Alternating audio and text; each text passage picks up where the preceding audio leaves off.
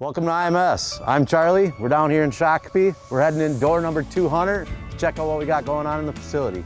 So over here in assembly, we got a lot of different things going on. We can start way on the far right here. We do tank testing. So we have a pressure decay system where we can take all of our tanks and we run them through a rigorous test to make sure that they don't have any leaks, that we have leak-free tanks leaving this facility.